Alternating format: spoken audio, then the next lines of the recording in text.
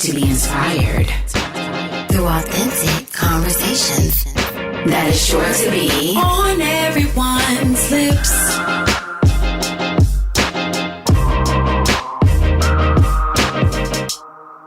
Hello, welcome everyone to episode 9 of On Everyone's Lips.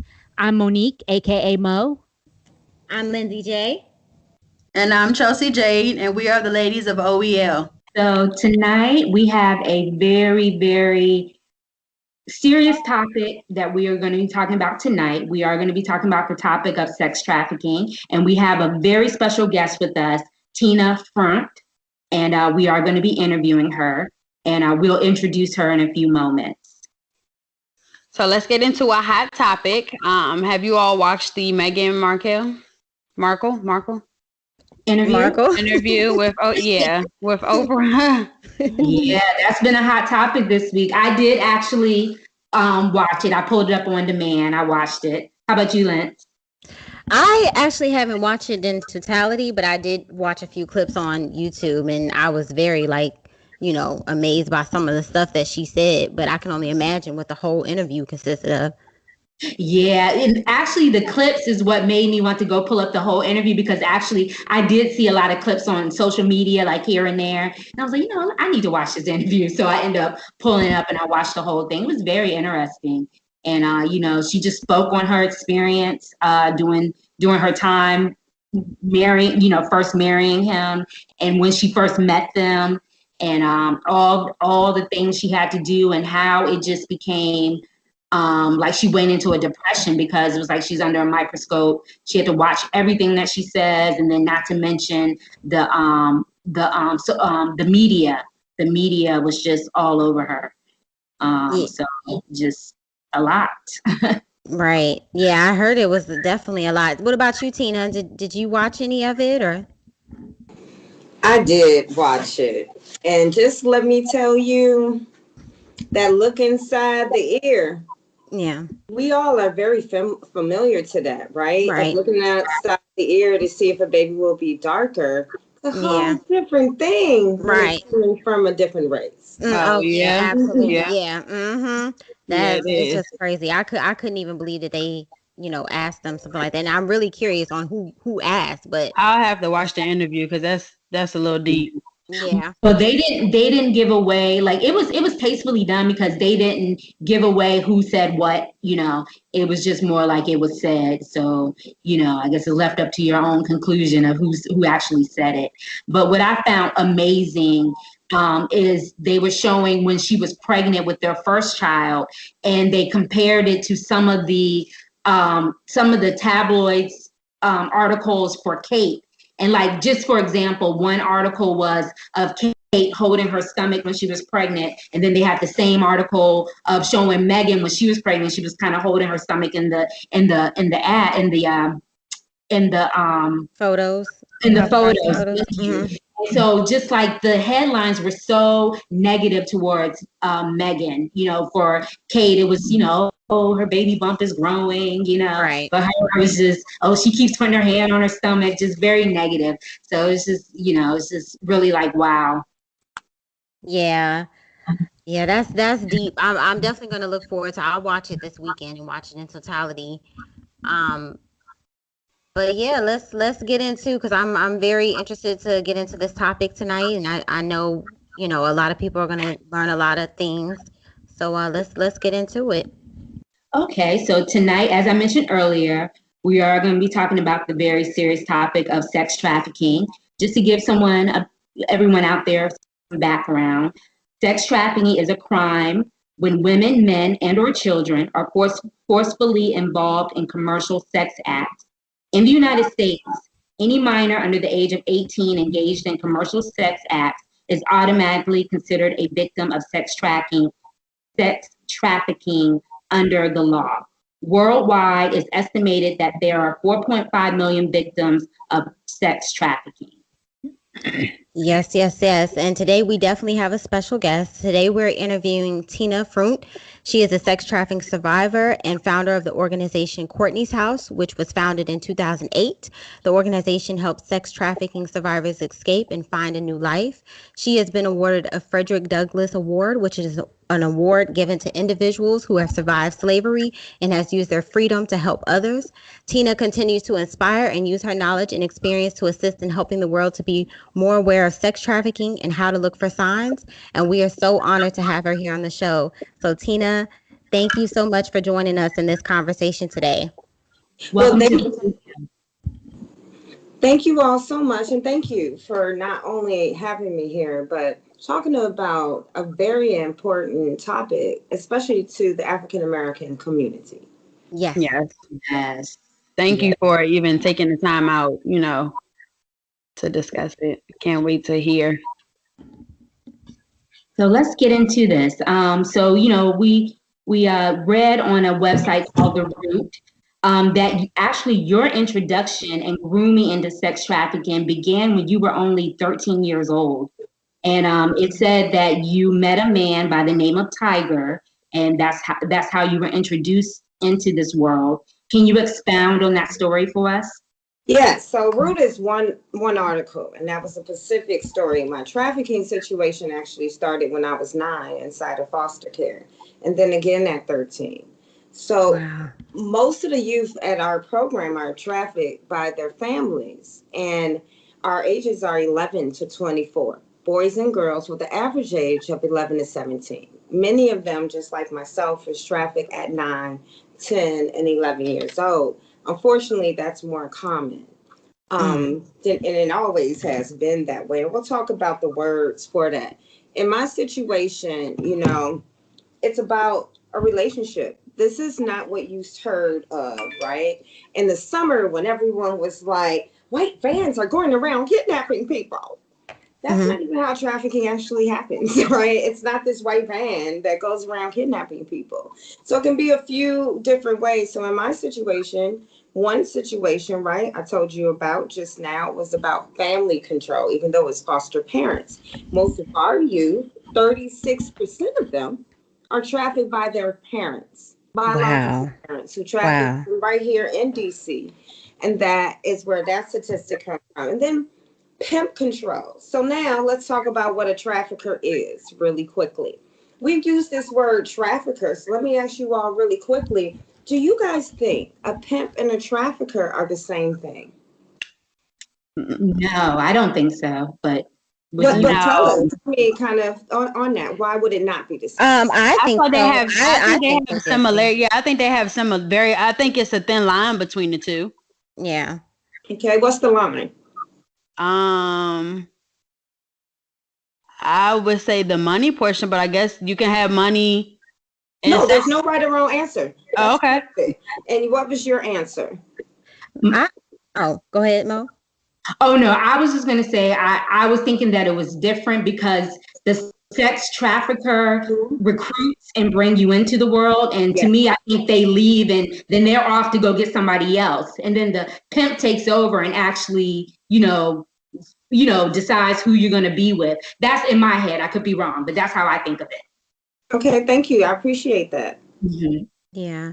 I mean, I just think the abuse and control, when you think about them both, I guess I would just kind of say they're one and the same, because I'm thinking that the trafficker is getting the money as well, as same as the pimp. And, you're going to work, you're going to be under their control. If you don't bring back that money, you're going to get in trouble. You're going to get abused. So I'm thinking they're one and the same, but I'm open to learn.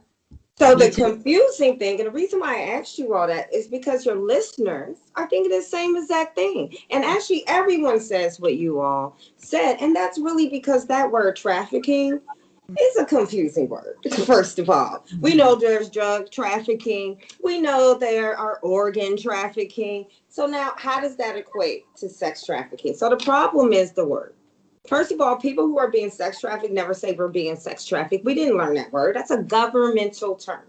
So in the law, it says pimps, better known as traffickers. So here's the thing that tricked everyone. Now, we used to use this word as pimp. We see this all throughout movies, and it looks fun. They pimp slap someone, they take all their money, but ha ha he he. So the reality is that's actually what a trafficker does. It's a pimp. The definition. Exactly.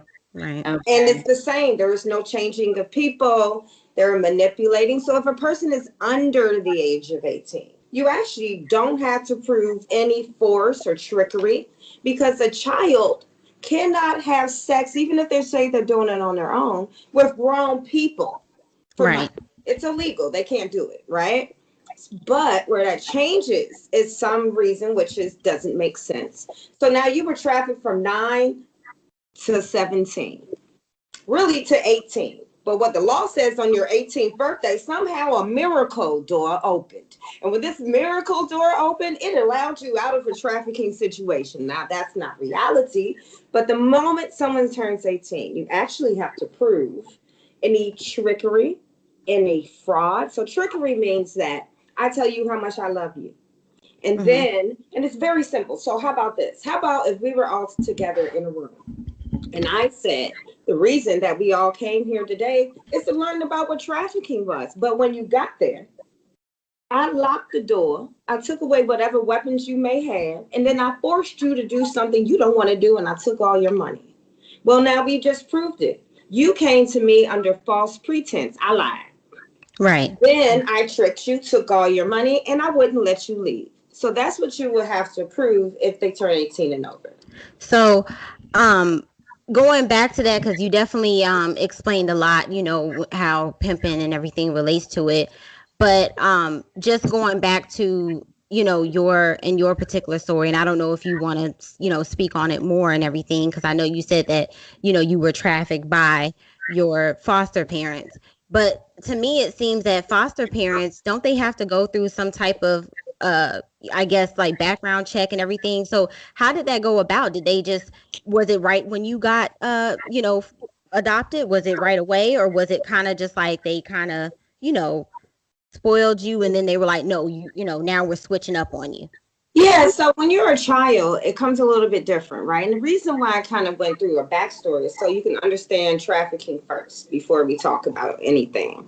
So for one, most of our youth, 99.9% of our youth, including myself, were actually sexually abused before their sex trafficking situation. So that's one. So two, you're 9. You don't see a change of money. And the second thing is, we're not going to count my years, baby. But law has changed a little bit, but not really. So the not really part would be, let's talk about the vetting. At that time, because there was a drug pandemic, a crack pandemic at this time, they opened up the laws. So that opened up to change a few things. You didn't have to be a family anymore. And so lots of people started applying, mostly the people, and I grew up in Chicago, by the way. Okay. Chi-town. We're all in the project. So my foster homes was like in Cabrini Greens. You know what I'm saying? In the projects in Chicago. So now let me ask another question to the audience and you all. If they were in public housing, were they doing this out of the goodness of their heart, or were they doing it for money? For money. Money, definitely. There you go. So now they have 9, 10, because I wasn't the only person. You'll never be the only one being trafficked. It wasn't just me. It's actually more boys being trafficked than girls. Oh, wow. I didn't know that. And with that being, yes, and it really hurts boys, because most of our boys define as straight. Mm-hmm. And none of our boys are over the age of 16. So you're saying that they were trafficking the boys to other men, or? So let me tell you how this works. Yes. So us too, them too, correct.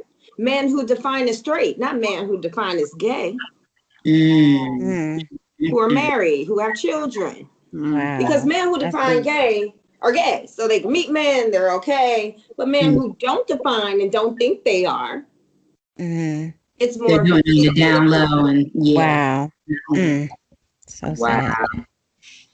Well, you did explain, because I was wondering, did your parents file a missing persons claim, or did it, you know, were you able to talk to your parents? 13, you explained that your foster parents, you know, had you in it, so that explains a lot. Well, no, you're right. When I was 13, you are correct. Because I got into another situation because that's what happens.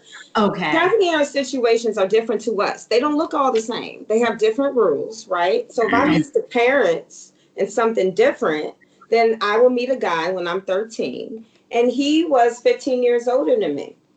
Okay. Would that be a warning sign, R. Kelly? Yes, absolutely. No, it wouldn't. To whom? Why would it be a warning sign to me? Do you all remember a few years ago when you was 13 when you told your parents everything? No. Yeah, no. Yeah, no. I'm about to say, no, you wouldn't know. Right, exactly. Because remember, we don't say nothing unless it's two things that happen. One, well, somebody told on you and they got a lot of evidence. Right. And the second is we don't say anything when we don't think it's that bad. Right. Yeah. So this person is treating me nice. It's 3 months. In my head, you got to remember, you're a teenager. 3 months is forever. Oh, yes. Absolutely, yeah. They love you. You're going to get married.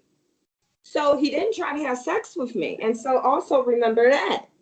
We always warn our girls, especially, about the people who try to have sex with you real quick. Right. But we don't talk about the ones who don't, who tell you, you know what, you should go to college. I have a niece your age, and they should too. We don't say anything about that. Wow. So it's like a mind. Yeah, the manipulation, earning your trust. Right. So that's called the grooming stage. So yes, that is called the grooming stage. So a lot of times in these situations, you're pretty much saying that it's someone that you're assuming is close to you. Pretty much, you're like, hey, we're building a relationship. Like I'm really thinking that we're getting serious.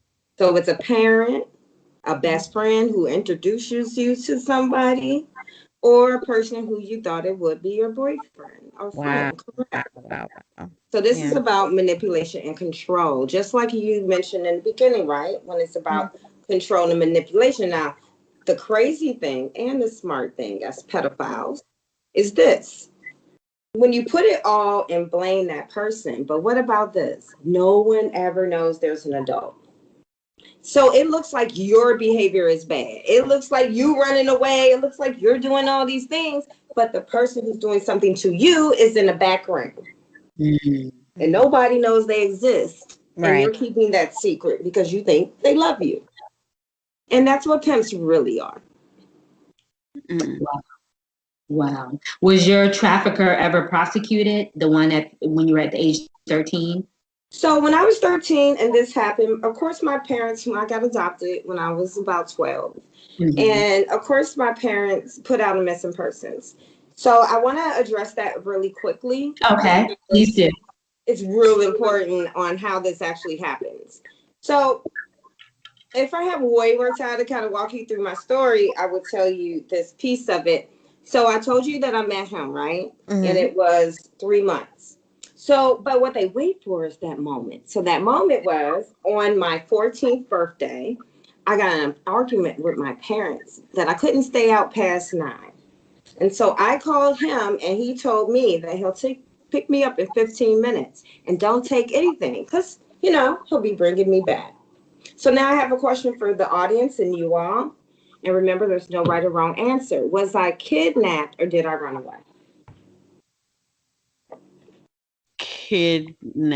Kidnap, really, but yeah, because you were mind controlled, pretty much, yeah. So, you know, but on hindsight, people are not going to look at people not going to look at that, so they will probably say you ran away. Exactly. And we actually missed the most important part of that. Everyone always misses. How old was I? Right. So you didn't know any. I can't consent. Actually, legally on a federal level, a 14-year-old cannot consent to get in a car with an adult. Legally, they can't. Right. And because that they can't, I can't consent unless he asks my parents to go there or out of state or anywhere with him. So actually it would be kidnapping off break. The problem is not really a problem, it's a privilege. Except all police don't see Black as a privilege. Because if you take that same situation with a youth that's Caucasian, what will happen? Well, Amber Alerts, honey, will be all over the world. Oh, yes. In 5.7 seconds, you'll be pulled over randomly to check and see if the child was in there. So what happened for me was that I was gone a year. My parents put out a missing persons, but at that time it didn't go out of state. and I was out of state. Now our youth put out missing persons and they're in state and out of state and no one still finds them. So up until only 3 years ago, I will say this piece to you all. This might be a surprise, but only it's been 3 years and we work on policy. So we changed this law. And that law is that children who are sex trafficked, children under the age of 18, that is child abuse. Does that make sense? There you go. Say it again. How many years ago? Up until 3 years ago? What? In DC, it's only been 3 years. That is crazy. Maryland, it's only been 1 year. In Virginia, we ain't passed it yet. Wow, really? We're trying, we keep trying to pass it. Wow. I'm speechless on that. That's crazy. And so that law didn't exist when I was out. So I was picked up by the police and I was charged with prostitution. I actually said I had a pimp and told them, and they put me in jail over a year. There is a survivor who is white, and her name is Holly Austin. I helped her. She's a great person, but she'll tell you this. We are about 2 years in age difference. And she was trafficked from Virginia to Tennessee at the age of 15, same kind of thing, right? You're older than me. And they found her in Tennessee, and the police drove her home. What? Virginia. Wow. Yep.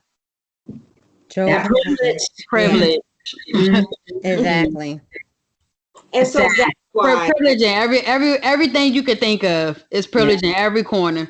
And that's why at Courtney's house, we have 80% of our survivors are African American and 13% are Latina. The Latina 16%. The Latina population is all female, all 15 and under, and all trafficked by MS-13 and 18th Street Los Lobos.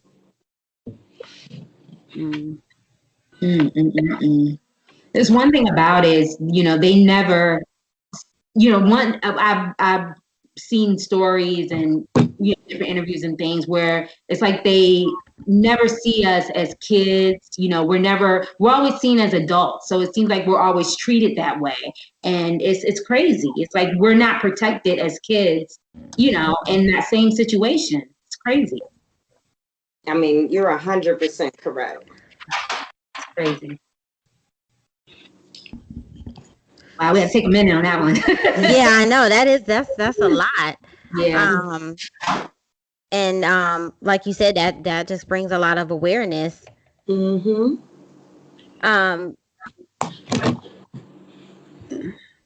So what brought you to the DC area? Well, after I got out of juvenile detention, and I want to talk about that too, because remember I was in juvenile detention on the charge of prostitution in Chicago. And then I picked up like 4 or 5 charges and got charged with assault because I had to fight other girls. Most of the girls in there were in jail for prostitution. They had pimps. So they try to fight you to recruit you.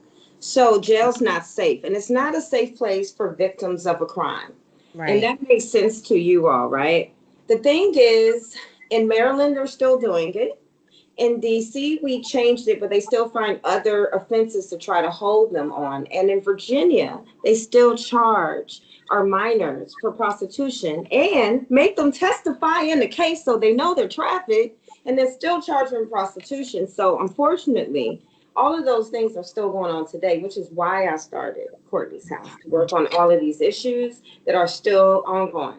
And that's why we work on policy. If we are the only African-American run program in the whole DMV area that works on trafficking, the only one, the only survivor one, when 85% of our population is that, then it was still a much needed need. And we get about 5 to 6 referrals per week. Wow. Wow. So would you say, just going back to that, since you said, we talked about pimping and everything like that. So would you say that if not all, the majority of those women that, because a lot of times we do see it, and we're like, a lot of times we say like, oh, they want to prostitute, they want to do that, they're doing that for money, that's how they're making their money. would you say that majority of that time that's not the case? It's more so like they've been forced into that lifestyle. That The is not. majority now. Yeah. Okay. And then there are ways to tell, okay? Mhm. So easy ways to tell when people tell you how long they've been in life or how long they've been stripping. So let's take Cardi B. Love my girl, but she says she's been stripping since she was 15. So that's illegal, right? Yeah. 15-year-olds can't strip. Also, inside of strip clubs are pimps. There'd be no way. So there are actually a lot of strip clubs in the area that are owned by pimps. We shut down 17 of them in Prince George's Wow. County that reopened again because there are children. Strip clubs? Yes, Oh. of course. Anywhere you're going to have money, and this is $1 billion a year industry. So of course. Wow.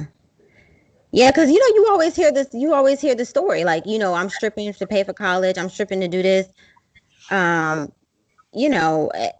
yeah, like this is wow. This is very informative. Yes, it is. It makes me, not that I ever looked at them, badly, but it just makes me kind of like sad. Like it gives me like a total empathy, like for that, and for their situations. Yeah, I mean, I always said that it's actually the worst because you are hidden in plain sight. So when people see you every day, and even though you put a smile, they assume it's a choice when it's not. Someone is standing next to you, watching you all the time, or even in a car in front of you. So there is no choice that you have, and no, you keep no money. So on an average, our pimp at that time, it was 5 girls. It was 5 of us, and they were all under the age of 16. And so at that time, he got about, I want to say, a good $80,000 to $90,000 per week. That's what he got. Wow. Wow. That's a lot. Yeah. That's a lot. And that's why it's lucrative. And that's why they continue to traffic, because unfortunately, we didn't talk about one piece, and that's the demand. Who are buying our children? Who are buying these young girls? So I will say that about 85% of the buyers are Caucasian, even for me and all of our youth, including the boys. Wow. Let me ask you this real quick. So far as, like you said, supply and demand, are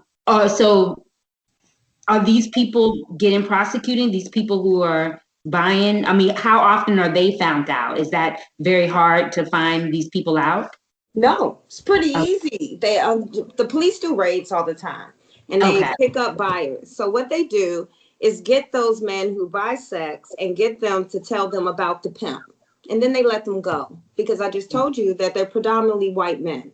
Wow. See, they need to be prosecuted as well. Right. Exactly. Wow. But you're sending They're protected. right.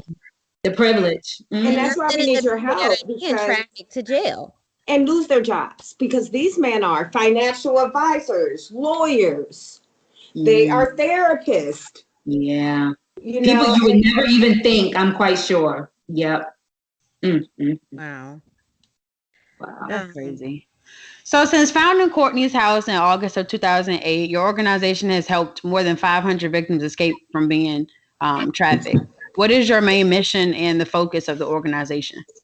And I'm sorry, that's a misquote. It's 3,000. Okay. And I'm sorry, redo the question. What is your main mission and focus for the organization?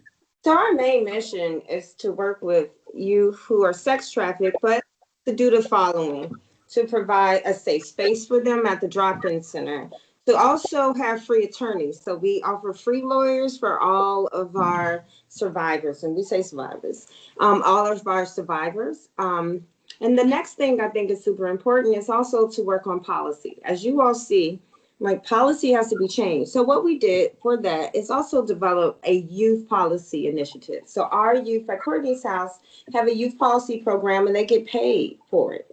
Last year, we were able to stop the DC decrim bill. This year, we'll also be focusing on changes we need to have done in the foster care, and that's coming directly for our youth. So instead of, like, of course, empowering, but what's really important for me is to have the youth see just how smart they are, right? And how they can do change. And it's not just about their story, it's about what they want in their voice and making sure people hear it. Right. So where did you come up with the name Courtney's House, and what's your connection to the name Courtney? So, when my mom was alive, both my parents are deceased, who adopted me, and they're wonderful people. So my mother very much really wanted me to start an organization. So, honey, when I tell you I was pushing her back because I was at an organization doing all the work, and I was like, this is going to be more, and I have children, it's a lot. So she put in her will, Courtney is the name of my youngest daughter, because Shay's Place would be the name of our group homes, my oldest daughter. And my mom put $63,000 in her will of Courtney's House for me to start a program. Wow. Oh, beautiful. I love that. Yeah. Yes. I'm glad you stuck with it. Yeah. I mean, me and God, honey, I couldn't see doing nothing else. This is what I love. I love the kids. I just couldn't imagine doing anything else. Yes, and it's so needed. So thank you. Yeah, thank you. So what is the therapy protocol for survivors, and how is your organization helping women and children recover from these events? So we do have therapy. We have a licensed therapist. The other thing that I try, because I told you, we're really the only African-American org, and actually there aren't that many African-American therapists. So we hire in-house that, and then in this whole trafficking movement, most of the organizations are Caucasian, and they actually don't pay Black people enough. So I raised money for a number of years and took a pay cut for many years so that I can pay people right. So we have a therapist that actually gets paid what she should get paid, which is like 70-something thousand. But she's our in-house therapist. And then we have what we are called survivor service coordinators. We don't call them social workers at Courtney's House, but that's what they are. Counseling is called one-on-ones, because I work with you, and you have to be super, super creative. We also have a TikTok. I work with kids. So, I mean, it's not always about trauma. They want to have fun. Right? Yes. We have field trips, when it wasn't COVID. We have fun activities. We have therapy. And actually, they get a punch card. So, and then if you fill up half your card, you get to pick a gift or a goal, one of your gift goals, a gift card for your therapy. So we have a lot of different initiatives for the kids. Wow, that's amazing. Yeah. Nice. Awesome. And I also, so I've never been to college a day in my life, but I have curriculum in 3 colleges. So we also provide scholarships for our youth and also help them with their book fees and application fees. That's awesome. That is awesome. Yeah. Do you have any of them that come back, like any of the survivors that come back and, get help back out to the program and help out as? So I think the greatest thing about Courtney's House is there is no time span. Oh, okay. So we don't, because you can't measure trauma. So I say that because I have survivors that since we started Courtney's House, and they come and help and volunteer. I mentor over 100 survivors like around the country. I sit on so much stuff. So always. Wow. Beautiful. So I know you mentioned a lot about how, Black women and children are not getting the proper attention. And I definitely have read from an article in time.com that said a 2016 analysis of online coverage of missing persons published in the Journal of Criminal Law and Criminology found, evidence that state that there are cases involving Caucasian women not only draw more attention, but more intense coverage. So I know recently, there was that big thing back in, I want to say, was it 2016 or 2017, where it was a group of Black girls missing in the DC area. Did you ever hear anything on that or ever work on that? Because I know it was we heard about it, and then it went away. It was a hot topic for a while, and then they just stopped talking about it. The pandemic, it seemed like once the pandemic came, I didn't hear any more about it. So I was on that initiative, the mayor's initiative, but more importantly, I'm the only Black organization for trafficking. So all of those kids are in my program. The reason why you couldn't hear about all of that is the hard piece that we have, that these are open cases. So they cannot follow up. So when you hear no follow up, that's a trafficking case. If it was a runaway and they're fined, they're like, oh, they came home. But if it's trafficking, they give you nothing because of that's how the law is on investigating the case. Wow. Okay. So did it affect? Yes. Wow. They always do. You see them all the time on the news. They're all our kids. They're just not telling you it's trafficking. So for DC, just so you know how big of a trafficking issue we have, DC, there are 2 in the whole country. So California and Oakland, and in Washington, DC. Federally funded, so the FBI funds inside DC's police department a youth sex trafficking division. It's a whole sex trafficking unit just for youth. Wow. So it wouldn't be bad now. This is a real question now. How many times the FBI going to fund something in a police department? It has to be a really bad issue. So for the last 6 years, DC and Oakland has been getting the only money for the unit because how many trafficking cases we have. So we actually partner with that unit. We also partner with foster care. And we have a contract. So most of our youth come out of foster care as well. And then we have a social worker that just handles all our foster care cases. So foster care doesn't handle them. Courtney House handles them. It includes every CPS hotline case, right? So we screen those. And we also screen for parents who are trafficking inside the system too. So we do a lot. Yes. Oh my gosh. And I know back to also what you said about them not getting any rehabilitation and just pretty much being locked up. So how does that happen? So they're caught on the street, and then I'm assuming the girls are caught, and maybe the police end up arresting them. So what happens in those cases? Do they just hold you for a few days, or does your what happens? Does the pimp or the trafficker end up bailing them out, and then they are right back on to working? Like, how does that work? So there are 2 different answers because one's over 18 and one's under. So the over 18, it depends.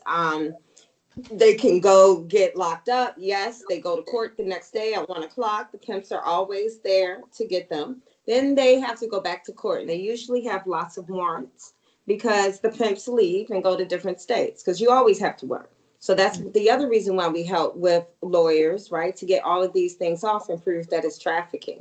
Then if you're a minor, so it's different. It could be in a raid, that they picked up and they found a minor. They don't arrest the minor, but they do question you without a parent or foster care there. They do come at you directly wrong. So most people, right, don't go and say, hi, I'm a trafficking victim. Like, one, they don't trust the police. A lot of buyers are the police. Let's see, about 6 years ago, if you guys remember the DC Youth Division trafficking minors. So that was our case as well. We were the ones that brought it to the police, and the whole unit were trafficking minors, the whole unit at that time. Oh my goodness. There's a lot of corruption because this is about men of power buying money people that don't have power. There you go.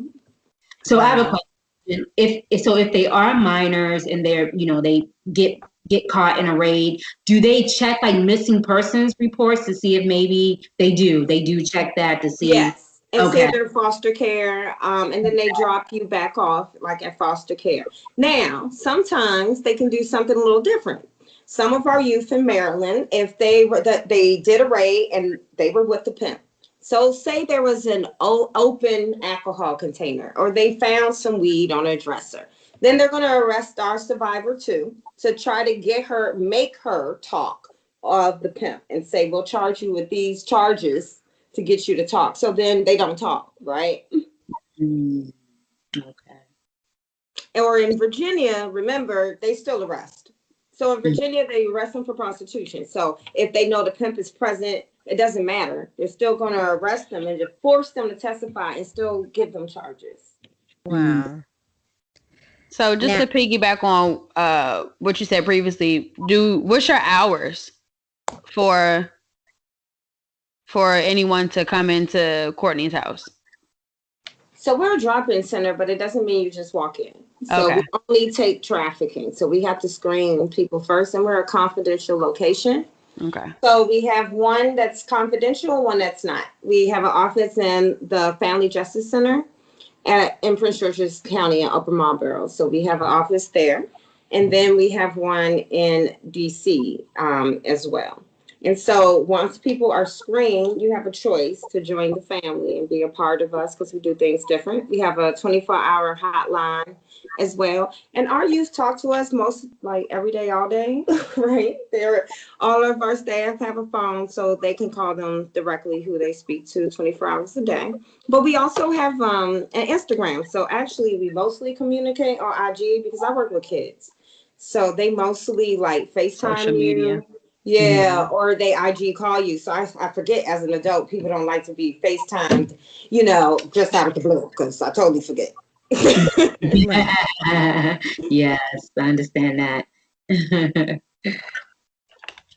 And so I know that you mentioned this before earlier in the interview that a lot of times these people are the people that are the survivors are being trafficked by someone that they know. So I was just wondering, just to clear out any myths, because I definitely have heard like in the past, and this is something that I think about even because I have a teenage daughter now, but I've heard little things that traffickers will do, like they'll leave something on the windshield of your car for you to take it off and then they might snatch you. I've heard little things like this. So in those cases, is that just more like a myth, like no, they're not gonna just They never do that. Okay. Okay. They don't like send little trackers on your phone or anything like that. Okay. When they with you. Okay. But not just randomly. The number one way our kids meet their trafficker, the number one way is online, on Instagram. And they befriend them. Yeah, well, no, a lot of the kids leave their whole thing public. So let me just school the parents real quick, okay? Because this is what I do. I talk to the kids all the time. I gotta teach you. Okay, I need to school y'all and tell you what I say. I say, we have an IG, right? And I'll say, so y'all, you want to join our group? Let me get your IG, and they'll look at me. And then I say, let me get the real one and not the ones you give everybody else, your parents and adults. Give me the other one. So they always have a fake one, y'all. Like always. They have an Insta for y'all that they follow and you can follow and great. And then they have a different one that they set up a different email account to as well.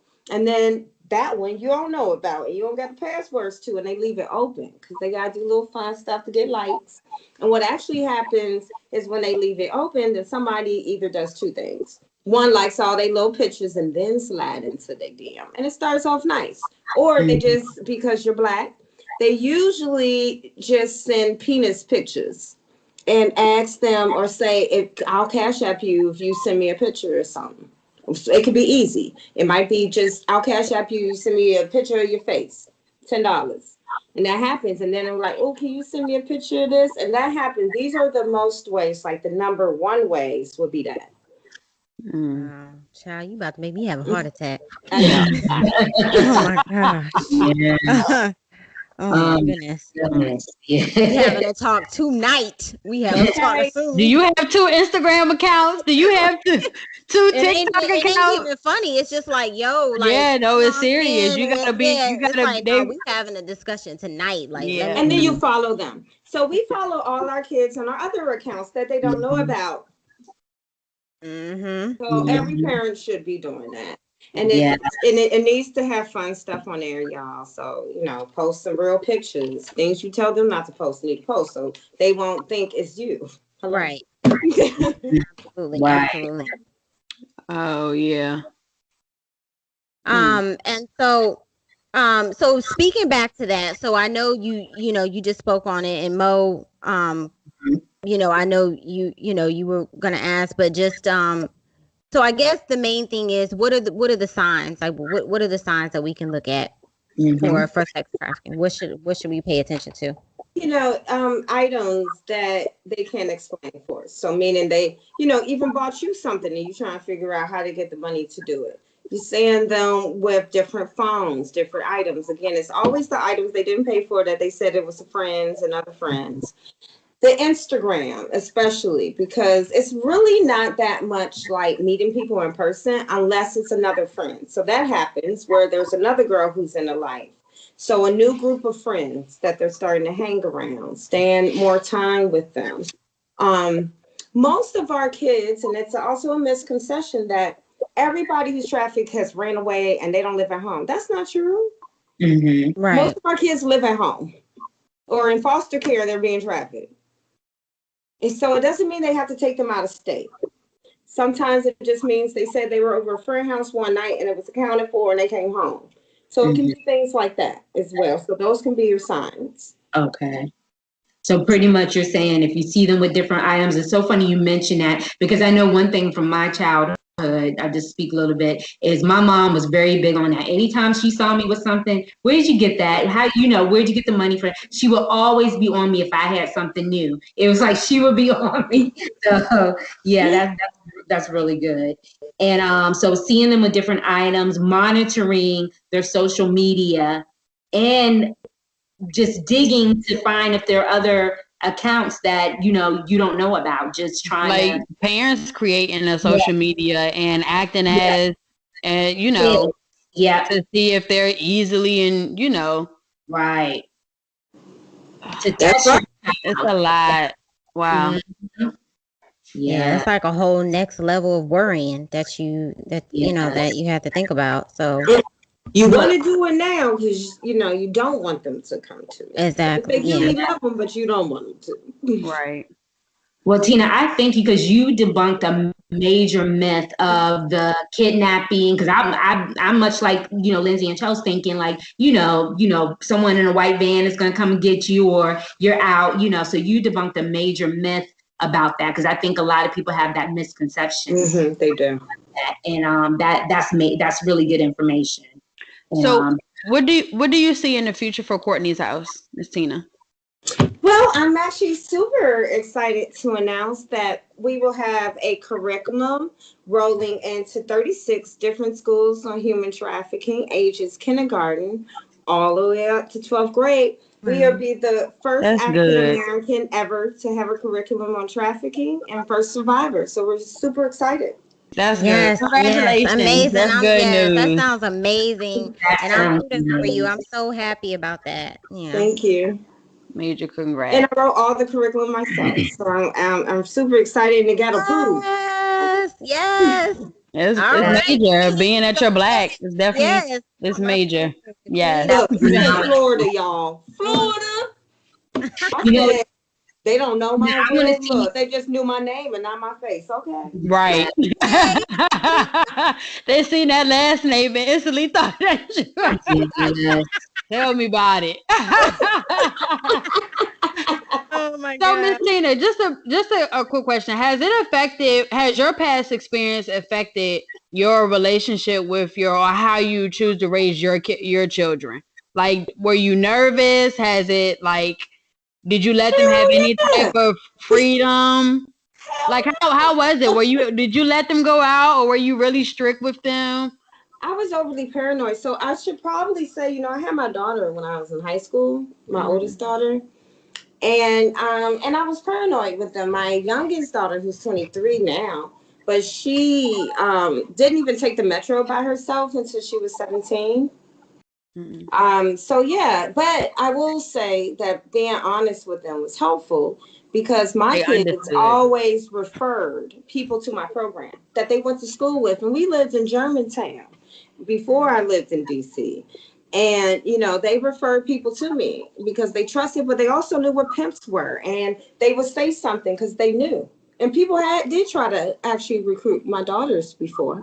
My oldest daughter, both of them, but they knew who a pimp was so quick and called me so quickly.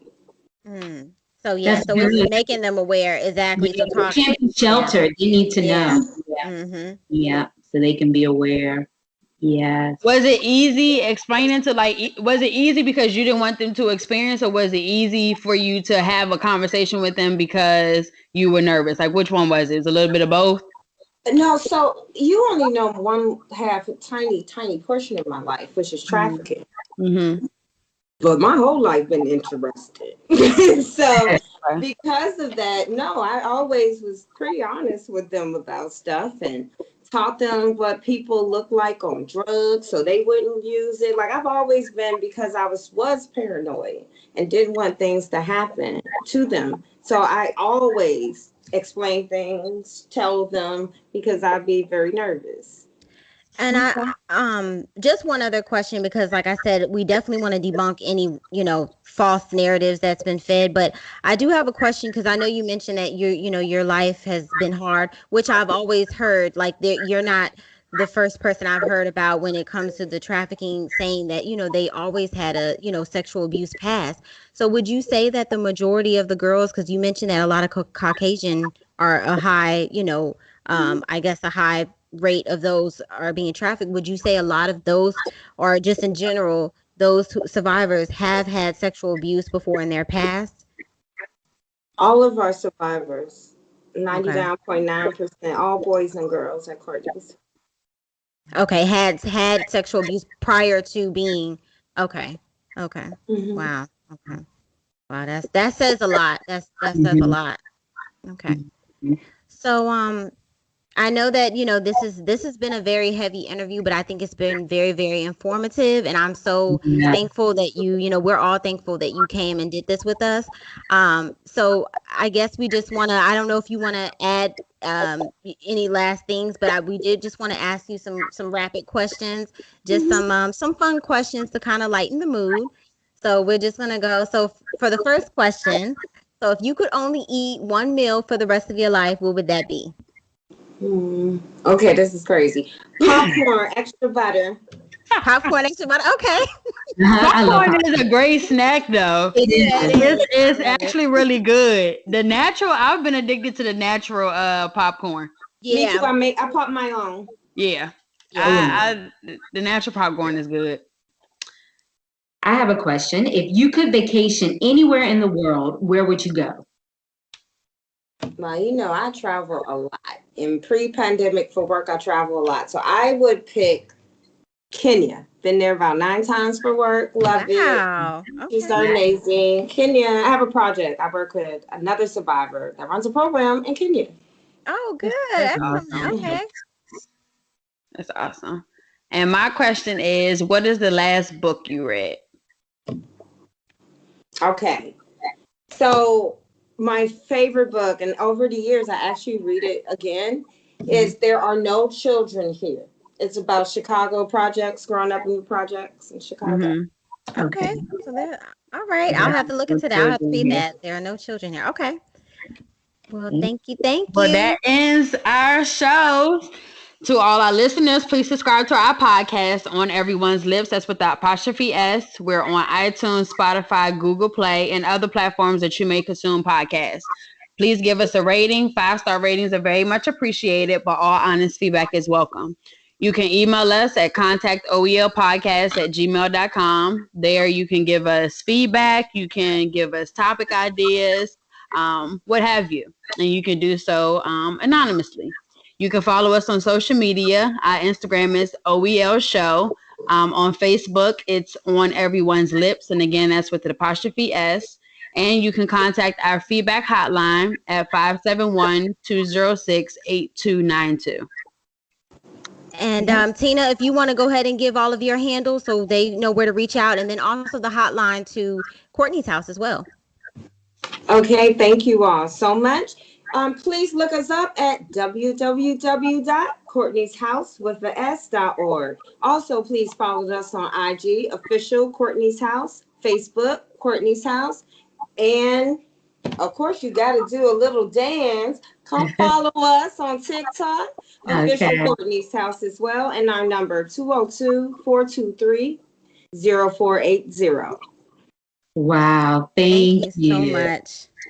Thank you so much, Tina, for being with us tonight and sharing this information with our audience. Very informative. And we just want you to continue doing the great work in the community. We're very thankful you joined us this evening. Thank you all so much. Thank you all. Bye. Thank you. Until we meet again, live well, laugh often, and love much. Good night.